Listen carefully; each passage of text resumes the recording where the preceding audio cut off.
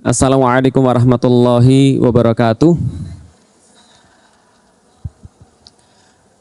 Alhamdulillah, puji dan syukur senantiasa kita panjatkan pada Allah Subhanahu wa taala, Zat yang maha mulia yang telah memberikan kepada kita kesempatan untuk pada hari ini kembali mengumpulkan kebaikan demi kebaikan, ketaatan demi ketaatan, dan kita memohon kepada Allah apapun ibadah-ibadah yang kita lakukan mulai dari subuh tadi sampai dengan hari ini, sampai dengan berakhirnya hari ini, ataupun amal-amal kita yang sudah berlalu dan amal-amal kita yang akan datang, Allah ambil sebagai amal yang ikhlas.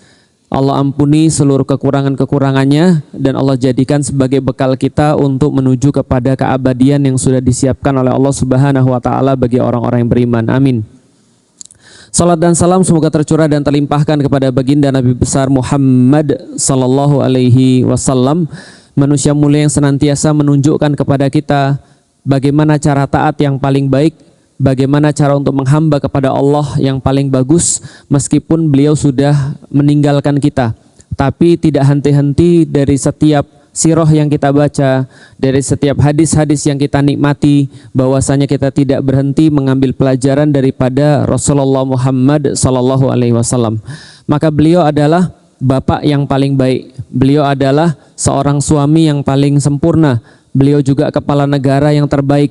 Seluruh suri dan tauladan terkumpul pada beliau sallallahu alaihi wasallam. Maka dikatakan bahwasanya beliau adalah uswatun hasanah. Uswatun hasanah bermakna adalah orang terbaik yang bisa dicontoh.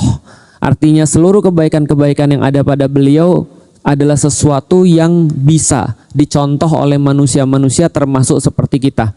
Meskipun kita tahu bahwasanya kita tidak mungkin bisa mencontoh beliau secara sempurna, namun usaha kita untuk mencontoh beliau yang kita harapkan yang mendekatkan kita pada beliau nanti di yaumil kiamah. Dan sebagaimana Allah kumpulkan kita semua pada hari ini, mudah-mudahan Allah kumpulkan kita juga di yaumil kiamah dalam keadaan seperti ini, dalam keadaan beriman dan dalam keadaan saling menyayangi sesama muslim, sehingga layak bagi Allah ampunan-ampunan dan syafaat daripada Rasulullah sallallahu alaihi wasallam. Alhamdulillah, ibu-ibu insyaallah dirahmati oleh Allah Subhanahu wa taala. Jadi pada hari ini kita meneruskan kembali kajian kita tentang to be better family, menjadi sebuah keluarga yang lebih baik. Karena tidak henti-henti kita menyampaikan bahwa keluarga itu adalah sebuah benteng terakhir kalau kita berbicara tentang kerusakan-kerusakan yang sekarang ini ada. Kalau andaikan kerusakan-kerusakan itu sudah masuk di dalam level keluarga, maka kerusakan itu sudah parah banget. Tapi kalau misalnya dalam level keluarga kita masih bisa melindungi keluarga kita, atau minimal kita masih bisa melawan pengaruh-pengaruh buruk itu, maka mudah-mudahan kita masih bisa untuk membangkitkan kebaikan-kebaikan Islam. Karena kita lihat zaman sekarang yang harusnya memperbaiki malah merusak. Misal kita lihat sekolah, betapa sulitnya kita nyari sekolah di zaman-zaman sekarang. Benar atau benar? Kalaupun kita dapat sudah sekolah yang misalnya guru-gurunya baik, kurikulumnya baik, sekolah Islam misalnya, pesantren misalnya. Tapi sekarang pembulian juga sudah masuk dalam level sekolah. Dan kadang-kadang, bukan kadang-kadang, seringkali kita kan juga tidak punya sebuah kekuatan atau tidak punya sebuah wewenang untuk sampai masuk untuk ngatur sekolah, kan gitu. Kalau kita sudah punya wewenang untuk masuk dan ngatur sekolah, ya harusnya kita yang bikin sekolah dong. Tapi karena kita nggak punya kekuatan, nggak punya kemampuan untuk mempengaruhi, ya kita juga nggak bisa apa-apa ketika di sekolah tuh misalnya ada pembulian. Di tempat yang paling aman yang harusnya didik manusia, malah kadang-kadang ada orang banyak sekali sekarang meninggal gara-gara dipukulin teman-temannya. Bahkan di videoin. Bayangin ya, ada satu institusi yang ngajarin manusia harusnya untuk beradab. Harusnya untuk jadi orang yang jadi manusia. Malah jadi kayak sadis, malah jadi kayak nggak punya sifat kemanusiaan. Lihat kan di video-video yang beredar itu kan ya. Kadang-kadang juga kita lihat misalnya guru atau misalnya ustadz yang harusnya jadi sumber perbaikan, yang harusnya jadi sumber bukan hanya sumber perbaikan tapi mencontohkan sebuah kebaikan, gitu kan ya, yang mencontohkan bagaimana akhlak yang baik, yang mencontohkan bahwasanya mereka sudah harusnya selesai dengan dunia, yang mereka mencontohkan bahwasanya mereka tuh mempersatukan. Itu aja kadang-kadang kita lihat masih banyak. Saya saya tidak mengecualikan diri saya. Bisa jadi saya termasuk guru yang jelek atau guru yang buruk. Tapi kita lihat faktanya adalah ternyata di sekolah ataupun kita melihat guru misalnya, ataupun kita melihat institusi-institusi yang harusnya memperbaiki, mendidik, itu malah melakukan sebaliknya. Artinya yang mau saya sampaikan pada Bapak Ibu sekalian adalah kalau semua itu yang kita lihat ya, ada institusi pendidikan, ada kantor sudah rusak, pergaulan sudah rusak, tayangan sudah rusak, kita masih bisa berharap sebenarnya pada keluarga. Karena keluarga itu menjadi sebuah benteng pertahanan terakhir. Dan di antara orang-orang yang ada di keluarga, yang lebih penting di dalam keluarga adalah ibu-ibu sekalian. Kenapa? Karena ibu-ibu itulah nyawa daripada keluarga. Kalau nyawanya hilang, kalau ibu-ibunya rusak, ya itu problematis. Ini sekedar berbagi ya. Kemarin kan di Indonesia kedatangan Ustadz Numan Ali Khan namanya. Itu orang dari Ustadz dari Amerika. Dia dakwah banyak pada orang-orang non-muslim dan juga melihat kondisi umat muslim dari negeri yang minoritas Islam. Kan kalau Amerika kan nggak sebanyak kita. Tapi beliau cerita bahwasanya akhir-akhir tahun ini beliau juga memfokuskan dakwahnya pada perempuan. Karena perempuan itu adalah awal kebangkitan. Dan ini sudah kita mulai dari tahun 2014 untuk dakwah fokus pada perempuan. Kenapa? Karena perempuan ini nyawa daripada keluarga. Karena kalau perempuannya benar, masih ingat ada dua yang benar. Suaminya akan benar, anak-anaknya akan benar. Karena kalau seandainya ibu-ibunya rusak, atau istri-istri ini rusak, atau perempuan-perempuan ini rusak, dua juga yang lain rusak, suami sama anak-anaknya, maka penting banget. Dan di dalam Al-Quran dijelasin berkali-kali tentang pentingnya perempuan itu seperti apa. Misal di dalam surat Al-Baqarah disampaikan liyuhlikal harsa wan nasl. Orang-orang yang gak suka sama Islam, kalau mereka mau merusak Islam, mereka merusak dua. Mereka merusak lahan pertanaman dan mereka merusak bibit tanamannya. Jadi mereka merusak apa? Lahan pertanamannya dan mereka merusak bibit pertanamannya. Kan kita sudah tahu kalau namanya Indonesia kan negara agraris, negara pertanian. Kalau di pertanian lebih penting tanah atau bibit? Tanah atau bibit? Tanah. Bibit sebagus apapun, kalau dibawa pada tanah yang salah, ya nggak numbuh. Numbuh juga cuma kecambat terus mati. Ya kan? Pernah nggak nanam kacang hijau di pasir? Di kapas pernah? Pernah. Numbuh nggak? Numbuh terus mati. Karena kapas kan nggak ada nutrisinya. Karena kapas kan bukan media tanam yang baik. Bisa difahami Bapak Ibu sekalian. Tapi kalau kita nanam biji biasa-biasa aja, bukan bibit unggul misalnya, tapi ditanamnya di tanah yang baik, itu tumbuhnya bagus. Maka di dalam Al-Quran, perempuan itu diibaratkan seperti ladang pertanaman atau bibit tanaman. Kalau ibu-ibu diibaratkan ladang pertanaman atau bibit tanaman. Ladang pertanaman. Maka kan Allah kan sampaikan di situ kan ya, di dalam Al-Quran, nisaukum harsul lakum. Sesungguhnya perempuan bagi laki-laki adalah seperti tempat bercocok tanam, seperti ladang pertanaman. Yaitu adalah laki-laki yang bawa bibitnya, perempuan tempat numbuhnya. Pertanyaannya, kalau laki-lakinya pinter, laki-lakinya soleh, laki-lakinya bawa bibit bagus, laki-lakinya semuanya lah sempurna, ganteng, pintar, kaya, seterusnya, bibitnya bagus, tapi ibu-ibunya hancur, kira-kira gimana tuh tanamannya? Hancur. Tapi kalau laki-lakinya biasa-biasa aja, tapi perempuannya pintar, kalau perempuannya itu adalah tempat numbuh yang baik, maka peradaban akan tercipta. Makanya penting sekali ketika kita membahas tentang to be better family, kita membahas tentang perempuan. Karena keluarga itu tentang perempuan. Saya yakin betul, insya Allah 2 tahun kita sudah mulai kajian di sini. Kita sampein sedikit demi sedikit, kita ulang-ulangi terus menerus. Termasuk hari ini kita mengulangi lagi tentang keimanan. Masa sih selama 2 tahun itu Allah tidak memudahkan bagi ibu-ibu untuk bertambah lebih baik? Nggak mungkin. Bukan saya, tapi Allah yang akan memudahkan kepada ibu-ibu sekalian, bapak-bapak sekalian untuk mendapatkan kebaikan daripada kajian-kajian ini. Yang ikut kajian saya semua sudah saya sampaikan. Yang buat bapak ibu sekalian itu pinter, bukan gurunya. Karena nggak pernah ada di dalam Al-Quran ilmu itu dikasih sama guru, nggak ada. Di dalam Al-Quran semua ilmu, kata-kata ilmu dikasih sama siapa? Allah. Gitu kan ya. Wattaqullah yu'allimukumullah. Kalau Anda bertakwa, Allah akan kasih ilmu itu pada kalian. Itu kata Allah. Berarti nggak ada kata-kata guru ngasih ilmu, itu nggak ada. Guru tuh gunanya untuk apa? Ya guru gunanya menyampaikan dakwah, kewajiban menyampaikan ilmu, karena itu kewajibannya guru. Tapi mengenai ilmu itu bisa bersarang di dalam hati ibu-ibu dan bapak-bapak sekalian, itu bukan urusannya guru, tapi itu adalah urusannya Allah. Berarti kalau Allah itu berkehendak, pasti akan diberikan ilmu yang bermanfaat. Maka niatnya datang ke sini, ya Allah minta ilmu yang bermanfaat. Artinya apa? Karena ilmu kita sudah bahas. Ilmu itu ada dua. Satu, ilmu yang bermanfaat. Dua, ilmu yang tidak bermanfaat. Dan kalau ilmu itu bermanfaat, pasti ilmu itu barokah. Ya kan? Maka kita sudah sampaikan kemarin, ilmu itu dicari dengan cara apa? Dengan cara taklim seperti ini. Disiplin, teguh, memaksakan diri sendiri. Itu adalah ilmu didapatnya dengan cara seperti itu. Lalu kemudian ridhonya guru membuat ilmu itu bermanfaat. Dan khidmatnya pencari ilmu pada ilmu itu membuat ilmu itu menjadi barokah. Karena ada ilmu yang tidak bermanfaat dan ada ilmu yang tidak barokah. Ilmu apa itu yang tidak bermanfaat dan tidak barokah? Ilmu yang menjadikan para penuntutnya itu bukan mendekatkan diri pada Allah. Kan kita udah bahas kemarin ya. Ada orang bahas tentang keimanan. Sebelumnya dia nggak pernah bahas tentang keimanan. Ketika dia belum pernah bahas tentang iman, dia belum pernah bahas tentang sifat-sifat Allah, dia belum pernah bahas tentang akidah.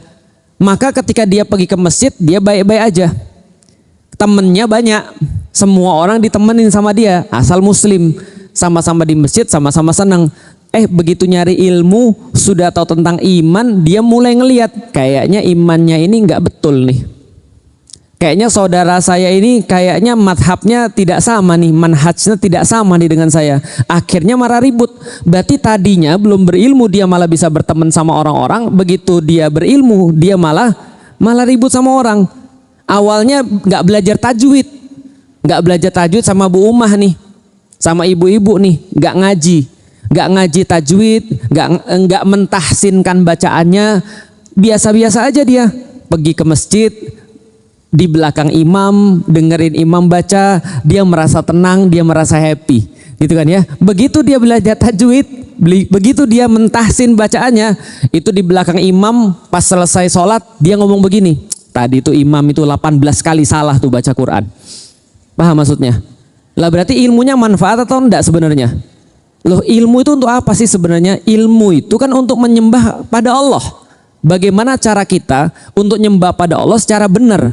Itu kan ilmu. Artinya ilmu yang bermanfaat. Kalau Anda belajar akidah, Anda justru menjadi lebih senang sama manusia. Ketika ngelihat yang salah, justru maunya memperbaiki, bukan malah menyalah-nyalahkan. Ketika Anda benar belajar tajwid, ketika Anda benar untuk mentahsin Al-Quran, harusnya ketika Anda sholat, harusnya Anda lebih tenang, lebih menikmati bacaan. Kan gitu, lebih ngerti isi daripada yang dibaca, merasa lebih dekat sama Allah, bukan merasa lebih lebih pintar daripada yang lain dan bisa ngeritik yang lain. Nah, ini ilmu yang bermanfaat. Maka kita tuh memohon pada Allah ilmu itu yang bermanfaat. Sama kayak kita nanti ini mau belajar balik lagi tentang tawakal dan kaitannya dengan takdir seperti yang kita bahas kemarin. Ada orang-orang kita juga sudah pernah bahas, dia bahas tentang takdir malah jadi malas. Malah jadi nggak mau ngapa-ngapain. Alasannya sederhana, semua sudah ditakdirkan sama Allah. Kalau sudah rezeki nggak akan kemana. Kan gitu kan ya? Pernah dengar kata-kata kayak begitu? Itu benar atau salah? Kata-katanya benar. Kalau sudah rezeki nggak bakal kemana. Semua sudah ditakdirkan Allah, benar. Tapi kalau yang dapat orang malas, jadinya ngawur. Bisa dipahami Bapak Ibu sekalian. Nah, ini pentingnya meminta ilmu yang bermanfaat. Makanya berdoa sama Allah minta ilman nafian, ilmu yang bermanfaat. Ilmu yang apa? Yang membuat diri kita merasa lebih dekat sama Allah, yang membuat diri kita lebih respect sama manusia, membuat diri kita lebih sayang sama orang-orang muslim, membuat diri kita nggak mudah menyalahkan orang lain. Itu penting karena ini definisi ilmu yang bermanfaat. Dan dalam sejarah Islam sudah banyak kejadian-kejadian di mana ilmu itu akhirnya banyak menghasilkan perpecahan dan itu bukan ilmu yang bermanfaat. Bisa difahami ya? Makanya selalu saya ingatkan, kalau Anda sebelum kajian dari sini Anda merasa nggak tahu apa-apa. Orang merasa nggak tahu apa-apa kan nggak mungkin sombong. Orang merasa nggak tahu apa-apa kan nggak mungkin ngomenin orang lain, betul nggak? Contoh kayak gini deh, ibu-ibu nggak pernah tahu tentang masak misalnya, taruhlah gitu ya. Masuk ke grup MasterChef, kira-kira gitulah. Terus ngeliatin mereka masak, berani komen? Nggak berani kan? Karena kita nggak ngerti apa-apa. Ya kalau nggak usah ibu-ibu lah. Saya masuk ke komunitas MasterChef, ya nggak mungkin komen saya. Nggak mungkin saya bilang masak tuh harus sabar, harus tawakal pada Allah. Nggak mungkin. Orang ini lagi masak kok. Kan saya nggak tahu apa-apa. Maka pasti ketika saya datang saya dengerin. Ketika datang saya ngeliatin, paling pol nyicip kan gitu kan ya. Terus ditanya enak nggak, baru jawab ya bagi saya enak sih kan gitu. Sama kayak ada orang pengajian belum tahu apa-apa, dia merasa nggak ngerti. Biasanya dia merasa bahwasanya orang lain semua lebih hebat daripada dia. Maka kadang-kadang orang pergi pengajian itu biasanya nih yang nggak pede-pede di belakang. Biasanya kenapa, coba-coba dulu nanti kalau andaikan ada yang salah gue bisa kabur kan gitu. Apalagi kalau kajiannya Ustadz Adi, di depan sudah siap ditanya-tanya kan gitu. Maka orang-orang newbie di belakang tuh lihat-lihat dulu kan gitu. Ya nggak apa-apa. Nah cuman masalahnya adalah kalau dia biasanya sudah ngaji lama, nah dia merasa lebih tahu tuh. Bisa dipahami ya. Nah itu bukan ilmu yang bermanfaat. Karena ilmu yang bermanfaat buat kita harusnya lebih bijak, membuat kita harusnya lebih dekat kayak Rasulullah Shallallahu Alaihi Wasallam. Nah kita coba mulai dengan pembahasan tentang tawakal ini. Saya pengen bacain satu hadis dan kita coba untuk mengeksplor atau kita coba untuk membahas tentang hadis ini. Ini hadis sudah pernah saya bahas ketika kita bahas bab tentang takdir. Tapi hari ini kita mau melanjutkan supaya ibu-ibu dan bapak-bapak lebih memiliki pemahaman yang bagus tentang takdir. Sebelum saya bacain hadis ini, saya perlu jelasin secara saya dari orang yang belum muslim kemarin ketika masuk Islam, saya melihat salah satu pemahaman yang paling parah terjadi pada kaum muslimin itu pemahaman tentang takdir. Kenapa? Karena efek daripada pemahaman yang salah tentang takdir ini membuat orang kalau nggak jadi males banget, kalau nggak jadi nggak percaya sama Allah. Ini kalau pemahaman yang salah. Maka kita coba mendekati bagaimana caranya kita tuh menjadi seorang muslim yang percaya takdir tapi tetap produktif. Nih, ini adalah hadisnya. Ini hadis dicatat dalam Sahih Bukhari. Jadi nggak usah diragukan kesohihannya, nggak usah diragukan derajat hadisnya. Ini berarti hadisnya sudah level paling tinggi lah kalau sudah masuk Sahih Bukhari. Ceritanya begini, bahwasanya suatu ketika kata sahabat, jadi dari Ali radhiyallahu anhu, dari sahabat Ali, suatu ketika kami berada dalam pelayatan jenazah di Baqi Al-Gharqad. Jadi kalau teman-teman tahu di Madinah itu kan ada pemakaman namanya Baqi. Baqi itu kalau misalnya teman-teman arah kiblat, yaitu di depan kiblatnya itu ada perkampungan Baqi. Dulu ceritanya kalau yang pernah pergi ke Madinah, lihat ada pagar masjid nggak? Pagar masjid kan biasa orang janjian di situ ya, janjian di pintu 333 ya. Nah itu kan pagar masjid tuh. Nah zaman Rasulullah seluruh pagar masjid itu ya, kalau dibandingkan dengan zaman Rasulullah, seluruh kota Madinah itu di dalam pagar masjid itu. Bisa difahami ya. Jadi sekarang Madinah tuh udah luas banget, meluas banget. Berarti zaman dulu kalau kita lihat zaman sekarang Gorkot atau Baqi Al-Gharqad, bukan Gorkot, Baqi Al-Gharqad, pemakaman Baqi itu di luar pagar atau di dalam pagar? Di luar. Berarti zamannya Rasulullah Baqi itu di luar kota, paham ya? Itu di luar kota Madinah. Jadi sahabat ini lagi keluar kota ceritanya, lagi jalan-jalan sama Rasulullah, lagi traveling, tapi dekat masih ya, karena luar kotanya masih dekat. Jadi pergi ke Baqi Gharqad. Kemudian Rasulullah Shallallahu Alaihi Wasallam datang. Jadi para sahabat itu kemudian lagi di Baqi, Rasulullah datang dan lalu para sahabat biasa kalau Rasul sudah datang maka semuanya berkumpul di sekitar beliau Shallallahu Alaihi Wasallam. Saat itu beliau membawa tongkat kecil, lalu beliau tegakkan dengan kakinya. Kemudian beliau bersabda, Ini sabdanya. Tidak ada seorang pun dari kalian dan tidak ada satu jiwa pun yang dilahirkan kecuali tempatnya telah ditulis di surga dan di neraka.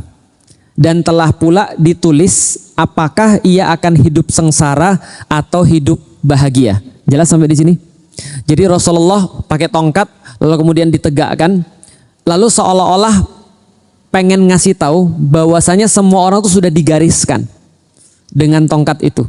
Jadi kata Rasulullah, semua orang sudah digariskan sebagai orang yang masuk surga atau orang yang masuk neraka setelah matinya, dan selama hidupnya dia sudah dicatat jadi orang yang seneng atau orang yang susah. Gitu ya. Bingung kan? Jangankan Anda bingung, sahabat juga bingung. Makanya kita bahas. Maka begitu mendengarkan itu, seolah-olah sahabat mendengarkan semuanya sudah digariskan, atau dalam bahasa kita ditakdirkan, gitu kan ya. Maka ketika sahabat dengar itu, lalu seorang laki-laki bertanya, wahai Rasulullah, ya Rasulullah, kalau gitu apakah kita tidak bertawakal saja terhadap apa yang sudah ditulis bagi kita? Jadi tawakal masuk nih di sini. Kan kita kemarin bahas tawakal ya. Tawakal kan mewakilkan semuanya pada Allah. Ada kejadian bertawakal. Bagian daripada bertawakal itu kan adalah qada dan qadar. Adalah meyakini kan gitu kan ya. Jadi tawakal, saya ulangi lagi, adalah artinya mewakilkan. Tawakal itu asal katanya wakil. Contoh kayak gini. Lik, tolong dong Lik ngisi di Masjid Al-Muttaqin. Saya bilang, waduh saya lagi nggak bisa nih. Bisa nggak diwakilkan? Diwakilkan sama siapa? Diwakilkan sama Ustadz Anu misalnya. Nah berarti saya lagi bertawakal tuh, lagi mewakilkan. Karena saya nggak bisa, ya udah kamu aja. Tawakal pada manusia adalah ketika manusia tuh merasa dirinya nggak bisa, dirinya lemah, dirinya nggak tahu, maka dia bilang, ya udah Allah urusin aja urusan saya udah nggak bisa. Itu namanya tawakal. Di dalam Islam tawakal itu penting sebagaimana kita sudah jelasin kemarin, karena tawakal adalah bagian daripada akidah, juga bagian daripada keyakinan terhadap ketentuan Allah. Oke, balik lagi ke dalam hadis ini. Rasul katakan semua orang sudah ditentukan, apakah dia mati masuk surga, apakah dia mati masuk neraka, hidupnya sengsara, hidupnya bahagia, semuanya sudah digariskan atau sudah ditentukan. Maka salah seorang sahabat berkata, ya Rasulullah, kalau gitu gimana kita bertawakal aja nih? Maksudnya kita udah nggak usah ngapa-ngapain. Ya ngapain lagi kita ngapa-ngapain? Orang kita semuanya sudah ditakdirkan. Bahasanya sahabat, kalau gitu kita tawakal aja, nggak usah sholat. Kenapa? Lah kalau sholat pun nanti dicatatnya menjadi orang sengsara, tetap aja sengsara. Sholat tetap sengsara, ya enggak? Dan kalau sudah ditakdirkan masuk neraka, ya tetap aja ngapain sholat? Itu kata para sahabat seolah-olah gitu. Sebaliknya, kalau kita sudah ditakdirkan masuk surga, ngapain juga sholat? Lah ujung-ujungnya pasti masuk surga. Nggak usah sholat juga pasti bahagia kalau sudah ditakdirkan bahagia. Paham sampai di sini? Langsung Rasulullah koreksi. Langsung Rasulullah koreksi. Artinya pemahaman kayak gini pemahaman benar atau salah? Salah. Ya, jadi ini dulu yang harus diketahui. Ketika ada sahabat yang mengatakan, kalau gitu saya tawakal aja. Rasul katakan itu bukan tawakal. Itu namanya malas. Itu namanya kamu ngawur, seolah-olah gitu. Walaupun Rasul nggak ngomong gitu ya, tapi itu bukan tawakal karena Rasul langsung koreksi. Bagaimana Rasulullah Shallallahu Alaihi Wasallam mengoreksinya? Maka beliau bersabda, beramallah. Beramallah. Jadi kan kalau tadi para sahabat berkata, ya udah kalau gitu ngapain kita beramal? Ngapain kita sholat? Toh nanti kalau masuk surga sudah ditentukan ya masuk surga juga. Kalau sudah masuk neraka ya ngapain beramal juga? Toh juga masuk neraka. Tapi Rasul langsung mengoreksi, beramallah. Kenapa? Adapun orang-orang yang dimudahkan adapun orang-orang yang ditentukan di dunia untuk jadi orang yang bahagia dan di akhirat masuk surga, dia akan dipermudah melakukan amal-amal kebaikan.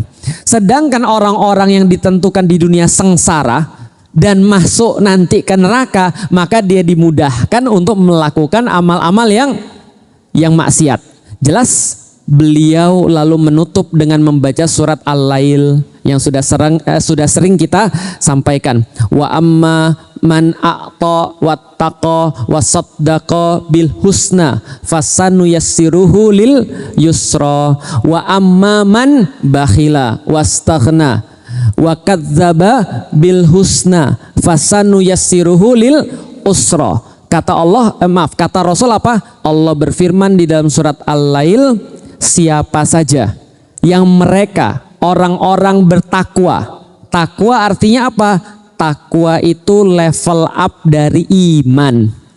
Maka kalau kita puasa, yang dipanggil orang beriman. Yang keluar dari Ramadan orang bertakwa. Siapa yang takwa pada Allah, takut pada Allah maksudnya. Yang mereka berjaga-jaga daripada perkara-perkara yang Allah nggak suka, itu takwa. Siapa yang bertakwa dan a'ta dan memberikan apa? Memberikan bagian daripada Allah. Karena harta kita bukan harta kita. Harta kita ada bagiannya Allah. Bagian Allah kasih ke siapa? Yang memerlukan. Allah kasih bagian daripada zakat, Allah kasih bagian daripada sedekah dan segala macam. Siapa yang bertakwa dan memberikan sebagian hartanya dan berbuat baik, wasaddaqa bil husna, dan yakin bahwa kebaikannya ada balasan. Lihat ya. Dan yakin kebaikannya ada balasan daripada Allah. Maka kata Allah, dipermudahlah jalannya menuju jalan-jalan kebaikan. Apa itu jalan kebaikan? Di dunia bahagia, di akhirat masuk surga. Artinya kata Rasul, beramallah. Sebaliknya di dalam surat Al-Lail ada orang-orang kata Allah yang mereka memilih untuk bakhil. Jadi ada orang-orang yang memilih untuk bakhil dan merasa dirinya cukup. Udahlah, nggak usah siap-siap ke akhirat. Dunia aja udah cukup. Harta kan punya gue. Kalau gue nggak bekerja keras, mana dapat? Kalau misalnya gue sudah kerja keras, ya gue nikmati. Kenapa gue harus bayar zakat? Kenapa harus gue keluar yang lain-lain? Paham? Maka kata Allah, orang-orang kayak gini, wa amma mambakhila wastaghna, dia merasa lebih kaya daripada Allah. Dia merasa Allah tidak maha mencukupi, dia yang maha mencukupi. Dia tidak mau mengeluarkan hal-hal yang harusnya dia keluarkan. Dia bakhil. Bakhil itu apa? Tidak mengeluarkan hal-hal yang harusnya dikeluarkan. Dan wa kadzdzaba bil husna, dan gak percaya kalau perbuatannya ada balasan. Jelas ya? Gak percaya perbuatannya ada balasan. Maka dia Allah mudahkan menuju jalan-jalan keburukan. Apa itu jalan keburukan? Di dunia sengsara, di akhirat masuk neraka. Bisa dipahami? Artinya apa? Allah pengen ngasih tahu lewat Rasulnya bahwasanya pemahaman takdir bukan berserah secara pasrah. Jelas ya?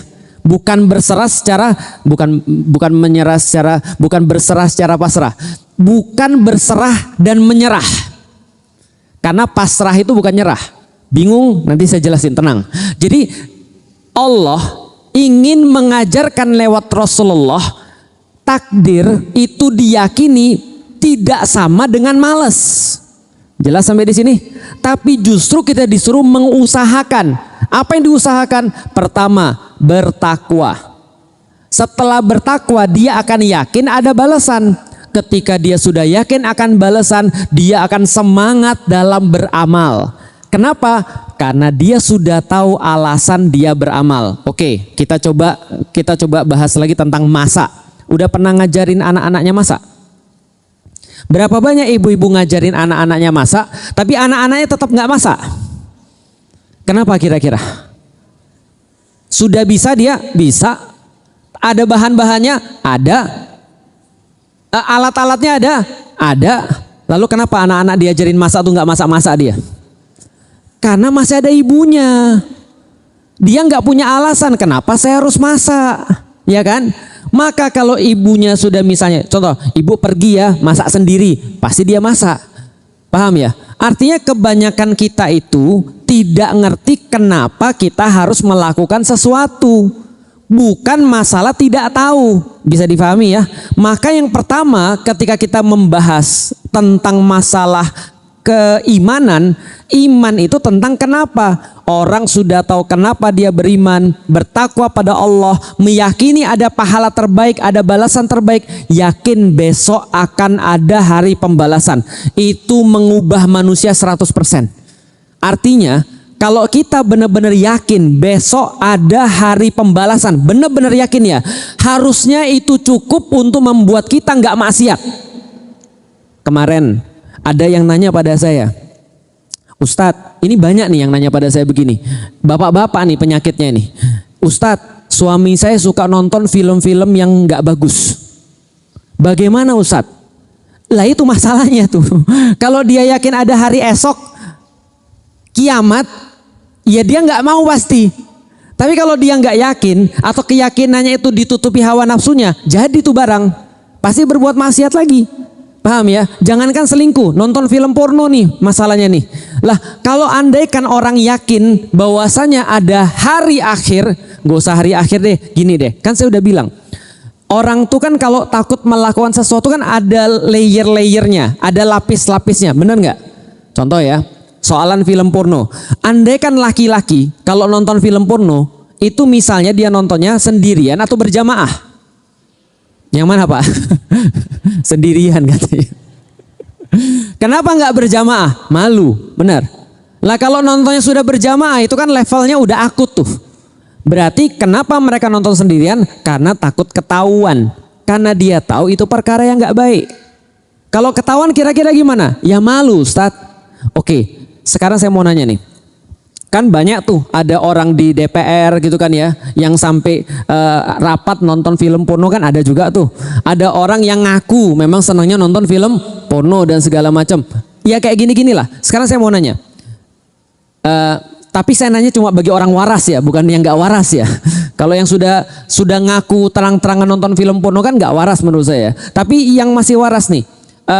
Bapak-bapak jangan ibu-ibu. Bapak-bapak lebih malu ketahuan sama orang atau ketahuan sama anak sendiri yang sudah punya anak? Sama anak sendiri. Jelas sampai di sini? Nah, yang buat saya takut tuh ya, kalau seandainya saya melakukan perkara-perkara kayak gini ya, nyimpen film porno dan segala macam. Nanti kalau saya mati, komputer saya pakai siapa? Lah terus kalau dia buka ada gitu gimana tuh? Paham gak sih maksudnya? Tapi saya yakin saya pasti mati nggak? Yakin. Berarti yang buat kita maksiat apa? Kita merasa abis ini masih hidup kan? Kita merasa sebelum mati bisa ngapusin dulu kan itu film-film yang aneh-aneh. Saya paham nggak sih maksudnya? Oke, itu baru di dunia tuh. Itu baru di dunia. Di akhirat gimana? Maka terhadap orang-orang tadi, Ustadz gimana cara? Ustadz gimana cara? Saya bilang gini, saya nggak tahu caranya karena ini berkaitan dengan candu. Ini udah kayak penyakit.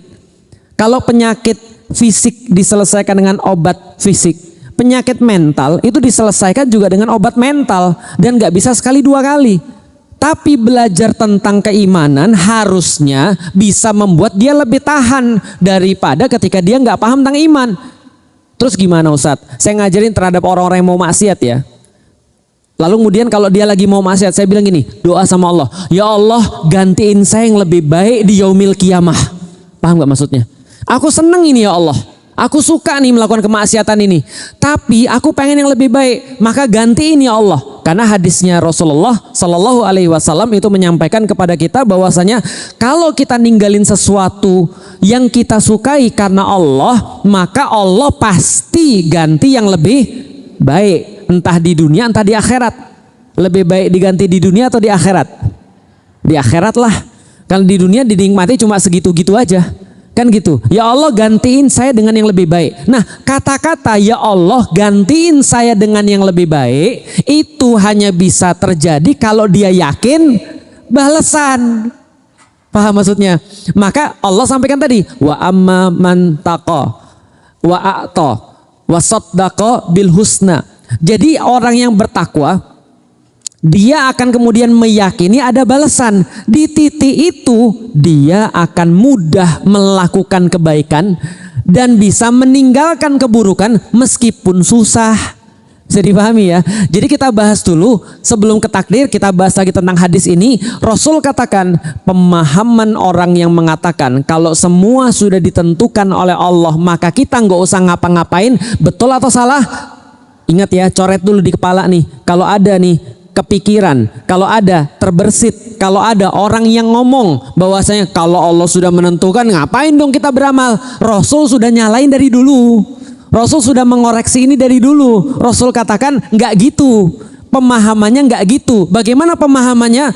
Siapa yang bertakwa pada Allah lalu kemudian membenarkan amal-amal yang baik, ada balasannya di situ, maka dia berbuat amal-amal baik dan amal-amal itu akan dipermudah oleh Allah. Maka Allah di dalam surat Ar-Ra'd mengatakan innallaha la yughayyiru ma biqaumin hatta yughayyiru ma bi anfusihim. Allah tidak akan pernah mengubah keadaan dalam satu kaum sampai kaum itu mengubah keadaannya sendiri.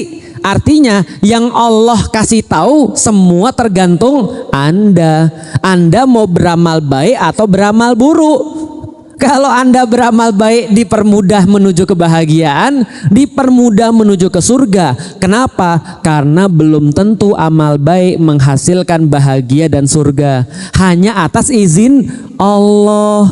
Maka kita ketika kita beramal baik, kita bilang, ya Allah, mudah-mudahan amal ini mengantarkan pada saya kebaikan, mengantarkan kepada saya surga, walaupun belum tentu. Bisa dipahami ya. Tapi sebaliknya, ada orang-orang yang sudah mikir kayak tadi, udahlah, Allah kayaknya nggak suka sama saya. Saya kayaknya sudah ditakdirin masuk neraka. Wajah-wajah saya tuh neraka-able gitu loh. Paham maksudnya? Jadi kayak, atau dia nyalain orang, wajahmu tuh neraka-able, itu kan ya, nggak ada iman-imannya dikit pun. Kayaknya kamu sudah ditakdirkan oleh Allah masuk neraka. Nah, orang-orang yang kayak gini, berarti apa yang dia lakukan? Coba lihat ya. Begitu ada orang sudah berpikir, saya sudah ditakdirkan oleh Allah maksiat. Saya sudah ditakdirkan miskin. Saya sudah ditakdirkan susah hidup saya. Buktinya saya nikah 7 kali gagal semua. Ada yang ngebilang sama saya begitu. Ustadz, apa memang sudah takdir saya Ustadz ya? Saya sudah 11 kali menikah nih Ustadz, tapi gagal terus. Serius. Udah 11 kali nih Ustadz saya menikah, tapi gagal terus. Apa udah takdir saya ya?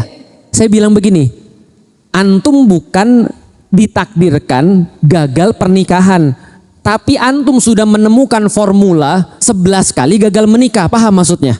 Sudah ada rumusnya dia. Artinya saya bilang, kalau kamu nggak berubah dan kamu nikah ke-12 kali, itu gagal lagi. Paham? Kenapa? Karena rumusnya nggak berubah. Ya 1 tambah 1 ya 2. Kecuali kalau diubah 1 tambah 3 berubah tuh. Paham ya? Nah, berarti ada orang-orang yang tanpa sadar di dalam hidup dia sudah punya rumus-rumus sengsara. Tahu maksudnya? Mau tahu rumus-rumus sengsara? Mau tahu? Saya kan pernah nyampein kan di masjid ini kan ya, bagaimana membuat hidup Anda sengsara. Mau tahu? Mau? Tidur malam. Maksudnya tidurnya nggak teratur. Tidur jam 1 malam, bangun jam 11. Gak usah keluar rumah, nonton di depan TV terus menerus, gitu kan ya. Lalu apalagi? Ngeluh. Cobalah lakukan setiap hari. Kalau nggak stres Anda, karena ada rumus buat orang sakit mental. Tadi tidur nggak teratur itu buat orang sakit mental. Apalagi misalnya nggak pernah ingat Allah, makan tinggal di rumah pesen, ngeliatin TV terus menerus, nggak pernah peduli sama apapun, ngeluh, marah-marah, itu pasti buat stres. Kenapa? Karena stres ada rumusnya. Sementara sama seperti orang hidup sehat ada rumusnya. Bisa dipahami. Bayangin kalau ada orang yang mengatakan saya itu memang sudah ditakdirkan oleh Allah tidak punya pernikahan yang bahagia. Karena kenapa? 7 kali saya nikah gagal terus Ustadz. 11 kali saya nikah gagal terus Ustadz. Berarti apa yang di kepala orang-orang kayak gini? Saya pasti gagal. Artinya dia kira-kira mau beramal maksimal nggak? Ngapain? Ngapain kita beramal maksimal kalau kita sudah pasti gagal? Paham nggak sih maksudnya? Jadi gini deh, siapa yang di rumahnya nanam tanaman? Ada yang nanam tanaman? Ya kalau nggak nanam tanaman ya cobalah ya. Orang semua yang nanam tanaman ibu-ibu sekalian itu berharap tumbuh atau tidak? Berharap tumbuh kan ya? Ibu saya tuh kadang-kadang begitu tuh. Tahu nggak? Ibu saya kan suka nanam anggrek. Tahu nggak? Dia tuh nggak pernah buang anggreknya meskipun sudah keriput-keriput gitu. Tahu nggak? Dipotongin sama dia, lalu kemudian dimasukin ke tempat anti jamur, terus kemudian dikasih vitamin, terus kemudian ditaruh di arang lagi. Terus saya bilang, ngapain sih Mi? Kenapa nggak dibuang aja? Dia bilang, bisa hidup loh. Paham gak sih maksudnya? Bisa hidup loh. Ternyata memang ada yang hidup juga tuh. Jadi di antara itu kayak udah mau mati tuh ada hidup. Kenapa dia melakukan itu? Karena dia punya harapan. Bener nggak? Lah kalau seandainya saya itu kan kalau anggrek tuh ada kemungkinan hidup walaupun di antara 100 batang cuma 2 biji lah yang hidup. Gitu ya. Tapi kan ada harapan. Tapi sekarang saya mau nanya Anda nanam batu, Anda berharap dia tumbuh. Paham gak sih maksudnya? Lah kalau ada orang nanam batu, dia udah tahu ini nggak mungkin tumbuh. Ya udah seadanya aja dia tanam. Tapi kalau ada orang punya harapan, maka dia pasti akan beramal jauh lebih baik daripada orang gak punya harapan. Makanya kalau Anda punya anak, anak itu dijaga dengan baik, dididik dengan baik karena ada harapan bahwa anak ini jadi anak yang baik, jadi anak yang solih atau solihah dan seterusnya. Itu pentingnya wasaddaqa bil husna, meyakini bahwa ada balasan yang terbaik. Tapi kalau ada orang yang sudah nyalahin takdir, memang sudah takdir, tapi nggak paham ilmunya, maka dia pasti tidak beramal dengan baik. Ya udahlah, orang sudah ditakdirin jadi orang jahat ini. Kan paham kan ya? Jadi apa usahanya? Usahanya bukan jadi orang baik, tapi bagaimana caranya sempurna jadi orang jahat kan gitu. Karena saya sudah ditakdirkan jadi orang, paham ya? Jadi masalahnya di mana nih? Di dalam kepala. Makanya ulama-ulama mengatakan ketika mengartikan, ketika menafsirkan ayat Innallaha la yughayyiru ma biqaumin hatta yughayyiru ma bi anfusihim, yang dimaksud dengan ma bi anfusihim adalah mindset atau cara pikir. Hati-hati loh.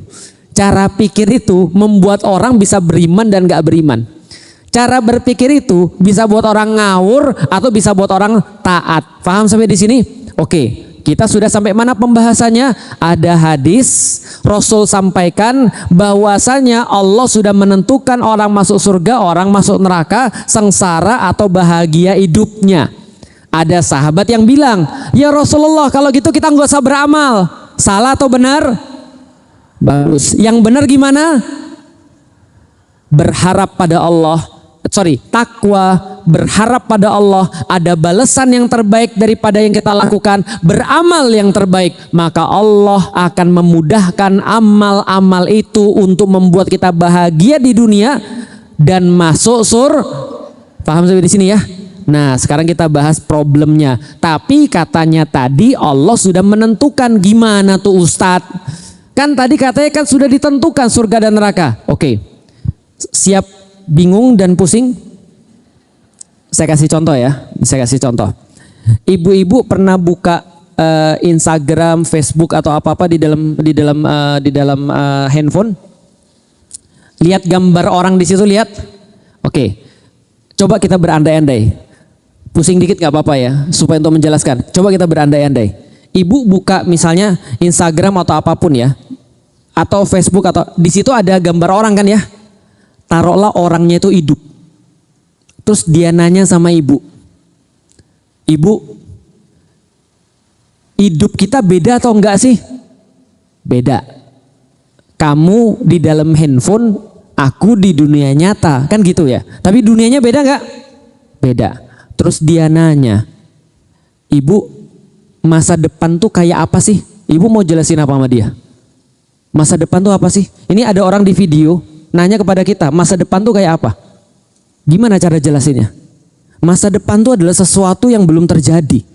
Dan kalau udah kejadi kamu gak bisa balik lagi. Kalau gitu masa lalu tuh apa? Sesuatu yang berlalu dan kita gak bisa balik lagi juga. Bisa dipahami ya? Padahal dia video yang bisa kita maju mundurin. Paham gak sih kira-kira maksudnya? Kira-kira cara jelasinnya gimana? Bingung? Kalau kita jelasin dia paham atau enggak?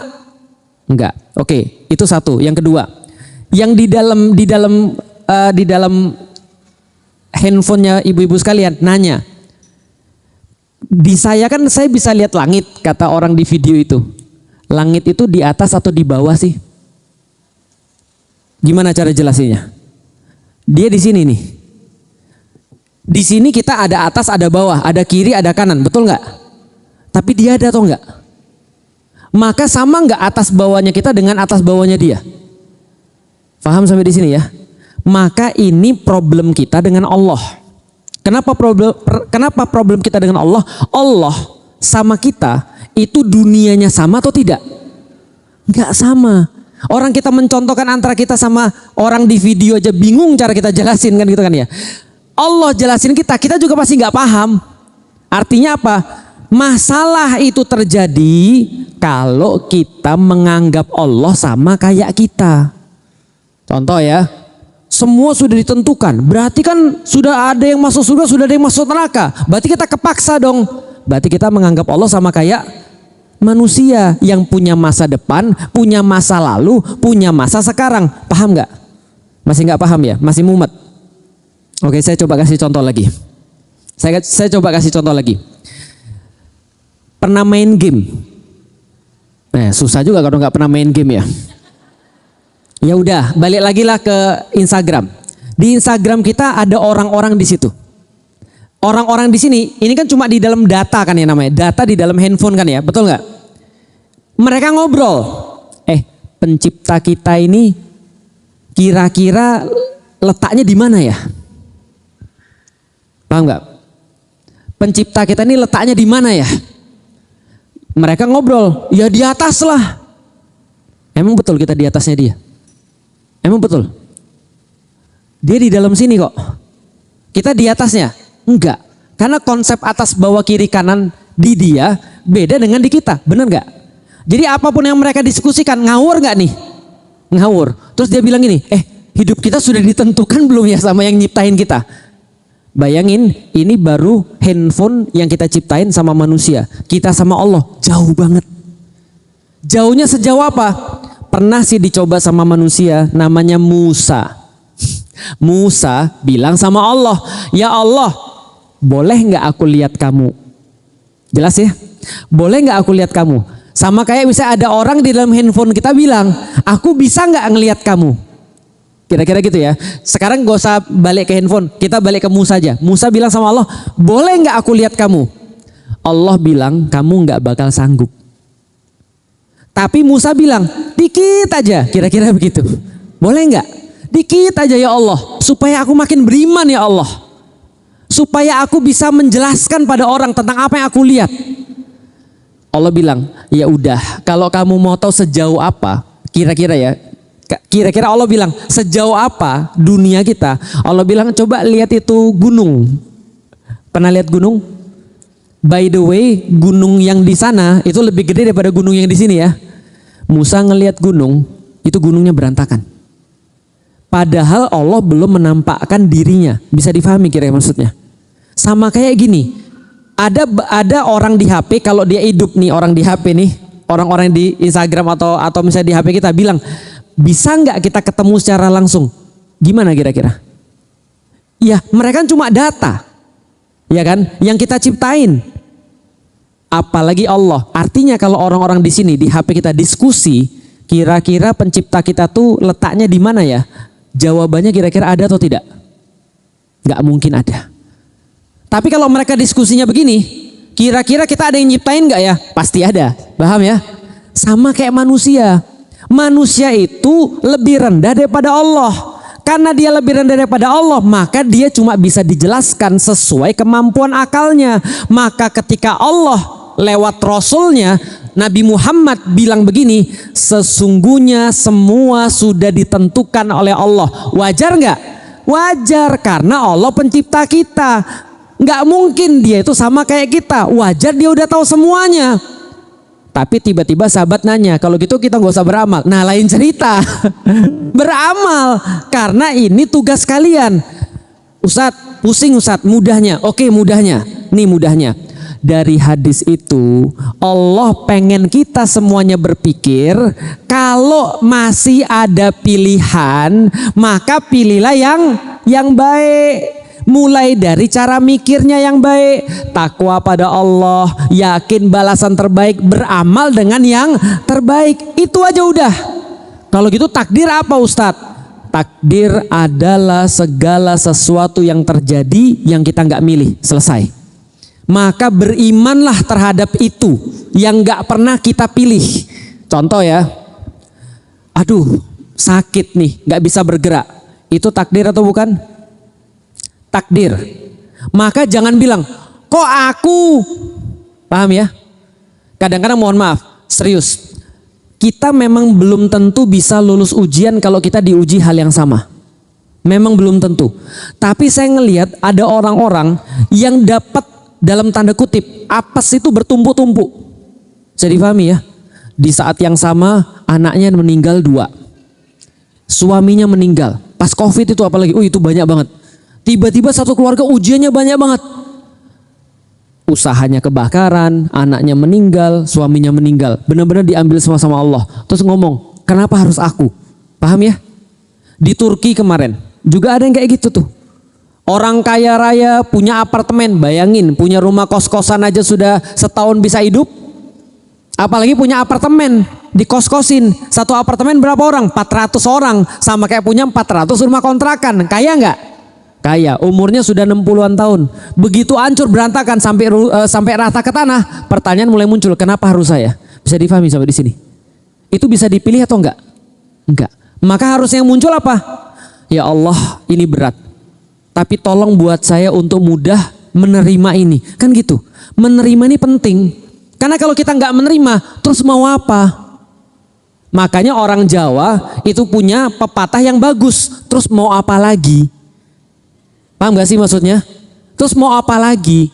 Ya udah nerimo. Itu satu-satunya yang harus dilakukan. Lah mau gimana lagi? Kita mau komplain, sekomplain-komplainnya. Emang dia bisa berdiri lagi tuh bangunan? Nggak bisa.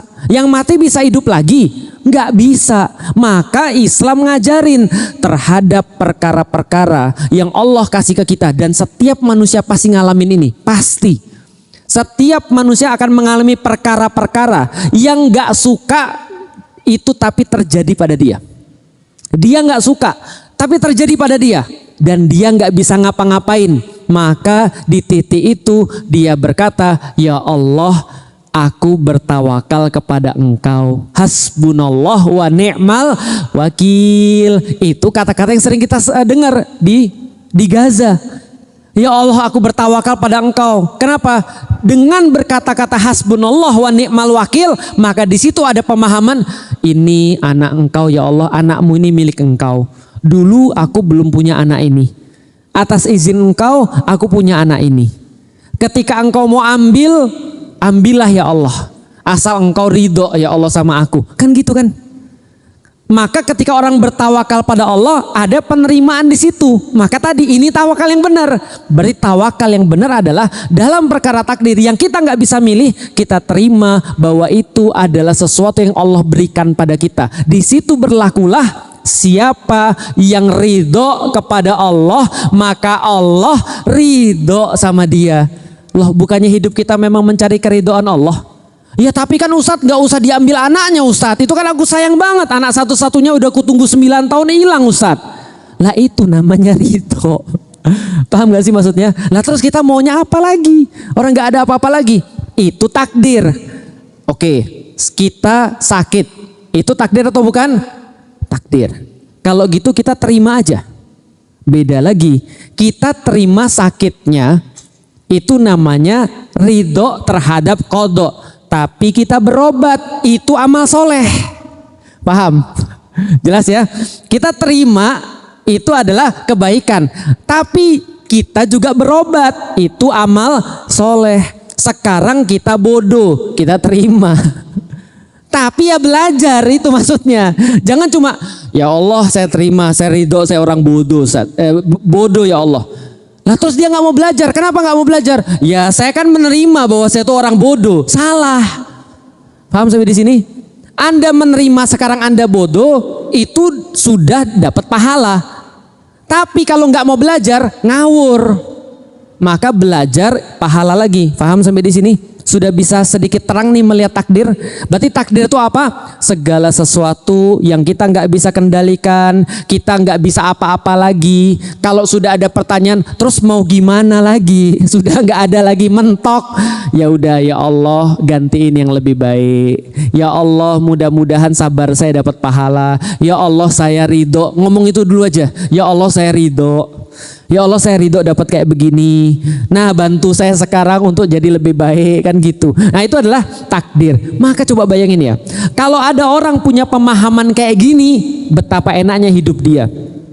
Ada nggak yang bisa membuat dia jadi hancur? Nggak ada. Dia dikasih apapun, dia tetap bisa untuk survive. Dia bisa tetap bertahan hidup, dan tidak hanya bertahan hidup, dia jadi lebih baik setiap harinya. Karena kenapa? Karena dia tahu bahwasanya dia melakukan perkara-perkara terbaik karena Allah pasti bales. Allah pasti bales. Capek sih jadi orang baik. Capek sih ngafalin Quran. Nahan marah tuh, apalagi kalau orangnya nyebelin. Kayak apa rasanya tuh? Cuman yakin ya Allah ada pahala terbaik nih. Ya Allah kasih aku yang lebih baik atas segala sesuatu yang aku tinggalkan yang buruk-buruk ya Allah. Aku bisa marah ya Allah, bisa. Tapi tolong gantiin yang lebih baik ya Allah. Maka itu jadi hidupnya bagus. Dia akan berusaha usahanya yang terbaik. Ketika dia bersodakoh, dia keluarkan sodakoh yang terbaik. Ketika dia ngurus anak yang terbaik. Karena dia yakin pasti ada balasan. Ketika suaminya belum seideal yang dia pikirkan, dia mau belajar dan mau bersabar karena dia tahu pasti ada balasan yang terbaik. Begitu juga dengan seorang suami, atau begitu juga dengan seorang anak. Karena dia tahu ada balasan-balasan yang terbaik, maka dia tinggalkan perkara-perkara yang buruk karena Allah pasti ganti yang terbaik. Ini pemahaman tentang takdir yang benar. Bisa dipahami ya? Nah, kalau ada yang ingin dipertanyakan silahkan. Wallahu a'lam bishawab. Tapi sebelum kita masuk ke tanya jawab, Bapak Ibu sekalian, kembali kita mengingatkan, alhamdulillah kita semakin mendekati Ramadan. Ramadan itu kalau nggak salah tanggal 1 ya. 1 Maret. Berarti kita masih ada 2 bulan lagi untuk persiapan menuju Ramadan. Ini kan Desember, 3 bulan berarti ya, 3 bulan persiapan menuju Ramadan. Dan ibu-ibu bisa lihat, bapak-bapak bisa lihat, ini ruangan sudah dipersiapkan untuk diinstal AC karena di atasnya sudah ditutup semua. Lalu kemudian ini beberapa yang masih bolong akan juga ditutup.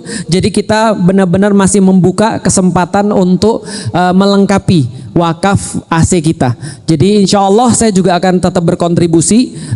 Nilainya nanti kita akan obrolkan lah ya. Jadi kira-kira. Nah, dan juga saya juga mengajak jamaah untuk berkontribusi supaya kita makin nyaman ketika di bulan Ramadan untuk melengkapi AC. Karena kalau AC nanti sudah selesai, saya mau ngajak jamaah untuk beli speaker supaya nanti pengajian kita bisa lebih bagus lagi untuk dinikmati. Itu yang menjadi sebelum kita tanya jawab, silakan panitia bisa mengedarkan kota infaknya, dan insya Allah diniatkan untuk mendapatkan kebaikan-kebaikan daripada Allah. Dan kalau kita sodakoh diniatkan untuk tadi ya, menolak bala dan mendoakan pada siapapun yang kita cintai supaya dia bisa lebih taat pada Allah. Wallahu a'lam bishawab.